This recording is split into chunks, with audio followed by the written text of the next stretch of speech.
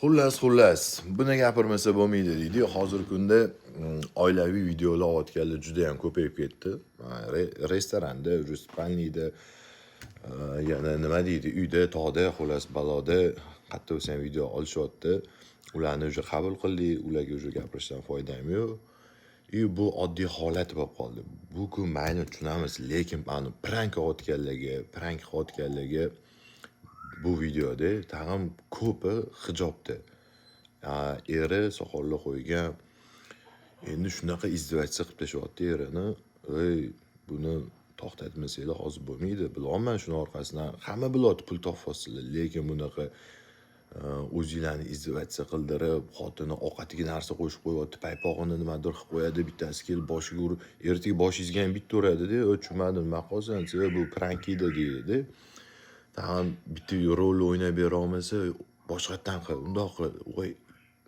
Mana ishlatinglar, shu bolalarni choyxonaga bormasmikan, shu bolalar choyxonaga borganda og'aynilari aytmasmikan, nima qilsan deb gapirmasmikan deyman-da.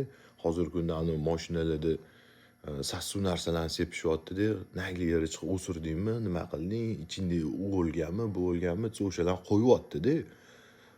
Mana ishlatish kerak ozgina, to'g'risi. Onasini ham sen bunaqa pul topishi bor.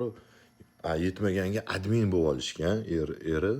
Qancha reklamada erkak ish qiladi-da, o'shaning uchun ayolim gaplashmasin deyman deb qo'yadi. Gidey logika bo'tdi bor-ku.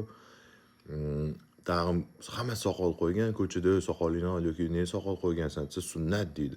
Sunnatni bilgan insonlar salomni ham ishlatinglar. U ayol kishiga undoq qaraganda ko'zidan bilish kerak-da, erkak kishi ana viqorli bo'lish kerak, savlatli bo'lish kerak, sal jinni qiluvdan qilib hazlash, xotinidan kaltayib, qancha prank edi deb tag'in o'zicha hammasi nimadir-da, to'g'risi. Bu gapim tegib ketsa ham bilmayman sizlarga tegadimi yo'qmi-yu.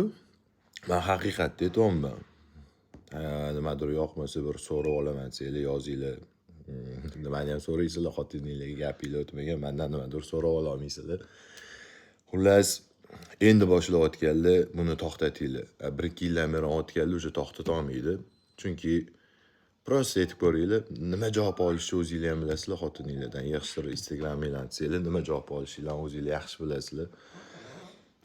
Shanga shu prank qilayotganlar yaxshiringlar bu ishinglarni. Sal erkak bo'linglar.